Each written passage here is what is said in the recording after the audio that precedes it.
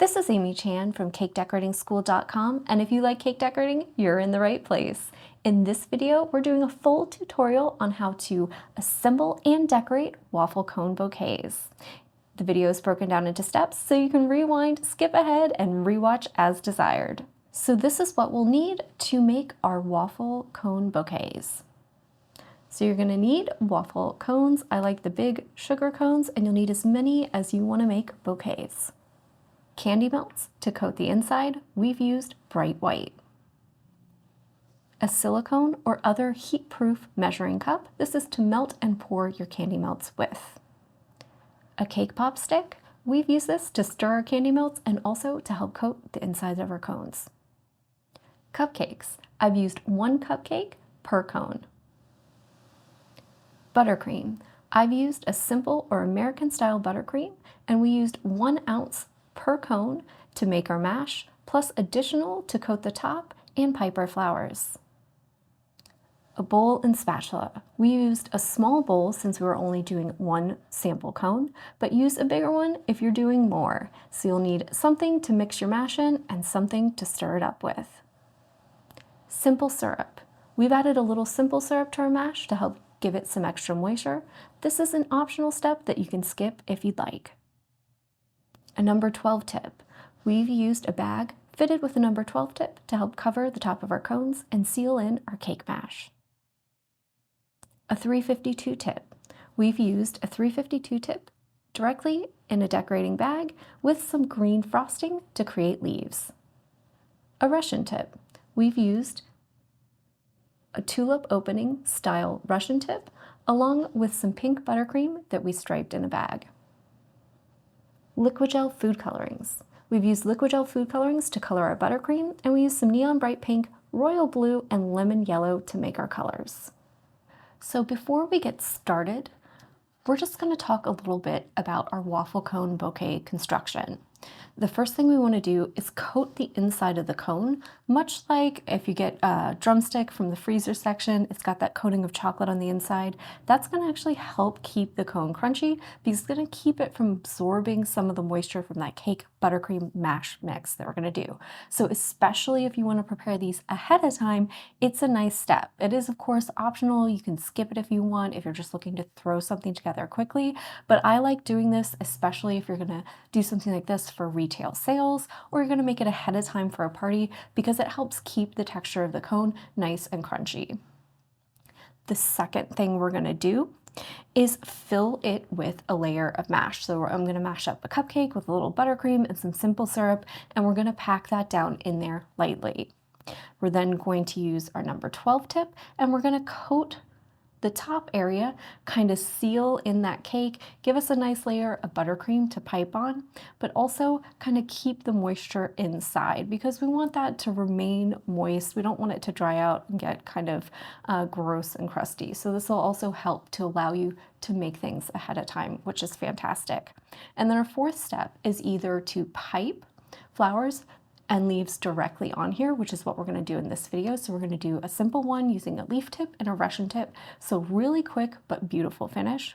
Or you can go ahead and pipe flowers on your flower nail, have them chilled, ready to go, and then you can place them on with your leaves, etc., to help them stick.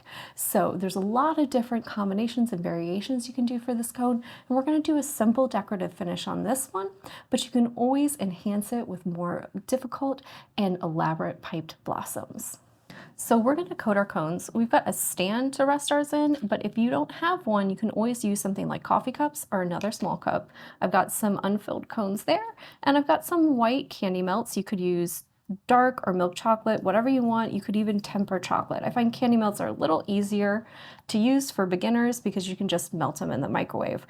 We're going to pour it in and kind of swirl our cone around a little bit as we do, and just let that chocolate kind of drip down into the bottom. So you can see it's kind of going down in there.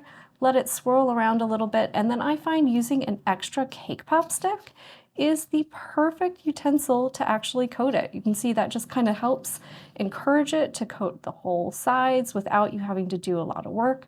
You just use it like a little mini spatula almost and just go all the way around. And if you have some excess down in the bottom, you can use that to coat any spots that are blank or bare. And once you have a nice coating on there, you can pour the excess back into your cup and use it on the next cone. So you can see I've got a little bit of blank space up there, and I'm working over a nice table, little piece of marble. So you can see that gives me a nice thin coating of that chocolate all the way there. It's gonna help keep our cone crunchy, and then I can pop it in my stand and go to the next one. So I'm gonna create the mash to go inside my cone. Today, I'm only filling one cone, so I've got one cupcake kind of coarsely crumbled. I'm gonna add just a little dash of simple syrup just to give the cake a little extra moisture, especially if you're gonna prepare these ahead of time. That's a nice step. If you're not, if you're gonna eat them right away, you can probably skip it if you don't have the simple on hand. And I've got 1 ounce of my American style buttercream right there next to it. And I'm just gonna use my spatula and just give it a little mix. And the idea here is I want some nice little pieces of cake. I don't want it to be necessarily as fine of or even of a mash as I would do in a cake pop. I just want everything to kind of stick together. And once I've got it kind of together and everything's kind of adhering, I can go ahead and put this in my cone. So you can see it's kind of all coming together. That's perfect, but it's not a super even mix the way I would do one for a cake pop. So since my mash is ready and my cones are also ready, they've had a few minutes to set up at room temperature. They are nice and firm on the inside. I'm just gonna use my tiny spatula. You can also use a small spoon or anything else small that will help you kind of encourage this cake to go down into the bottom of cone and just loosely pack it in there.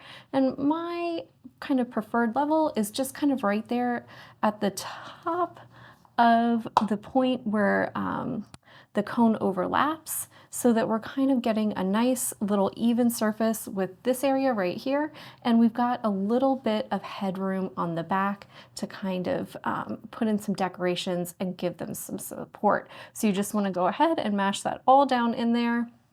I'm going to go ahead and scrape off my spatula and get the rest of that down in there and just give it a little bit of pressure with whatever utensil you're using, whether it's a spoon or a spatula, just to kind of help pack it in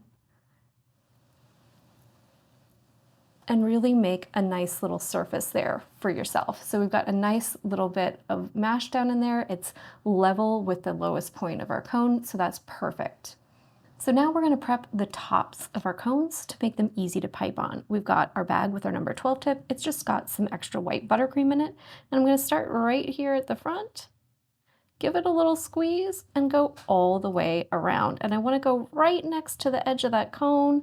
Don't worry about pretty lines or making things neat or anything like that. Just worry about getting up against that edge. You really want to seal the top of this with a layer of buttercream, and that's going to keep the moisture in that cake mash. There we go. And you can even dome it up a little bit in the center to help give your flowers a little bit of height in the middle. So we can just get a nice layer of white buttercream on the top to keep things sealed and also give us a lovely surface to pipe on or place our flowers.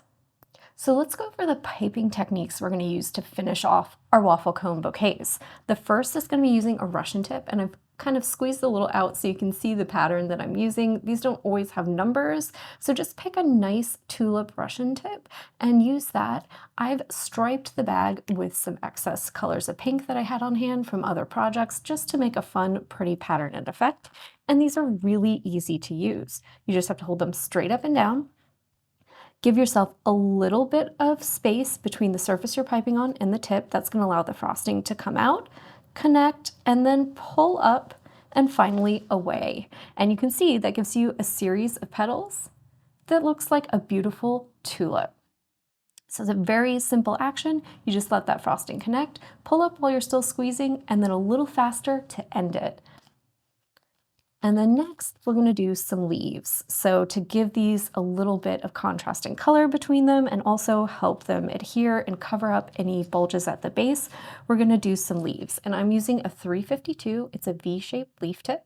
You're going to touch the surface with one of the points, hold it at a 45-degree angle, squeeze and let the leaf build up to the desired width, and then pull away while still squeezing. And that's going to give you that lovely point. And these are great leaf tips that you can pipe a variety of sizes of leaves with as well. So you can really take up any extra area or bare spots with those and fill in around your beautiful flowers.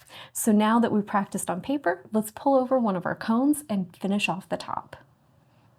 So we've got our 2 bags ready to go. I'm gonna start with my bag of pink with my Russian tip on it, and I'm just gonna go around the outside edge first and then work on the center and do however many I have room for, and then I'll fill in the extra area with that leaf tip. So just above the surface, squeeze, let it connect, and then pull away. And that's gonna give you some beautiful tulips. So let's just work our way around the outside edge.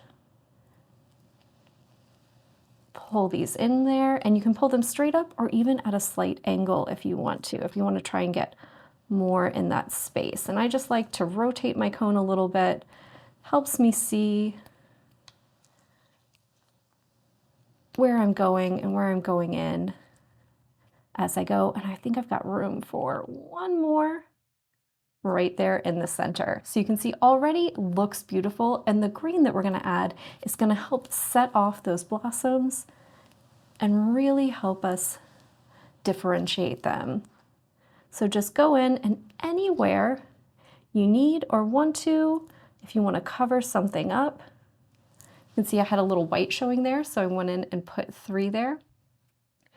And anywhere you've got a little area in between, and you want to make sure that those flowers really pop, just squeeze in a tiny leaf. And I've got a little excess area here in the back, so I'm just going to go in and make sure I've got some green in there to cover up any of the base that we piped that's still showing through. So when you do these, it's important to make sure you look at them kind of from all areas and really fill that in. But then now we have a beautiful piped flower cone bouquet. If you enjoyed this video and you'd like more about the cake decorating materials and equipment we use, or just some inspirational videos about cake decorating itself, you can follow us on Insta or YouTube at Cake Decorating School. If you'd like to know more about yearly membership and what it entails, you can go to www.cakedecoratingschool.com for more information. And if you're interested in these products, you can check the links in the description.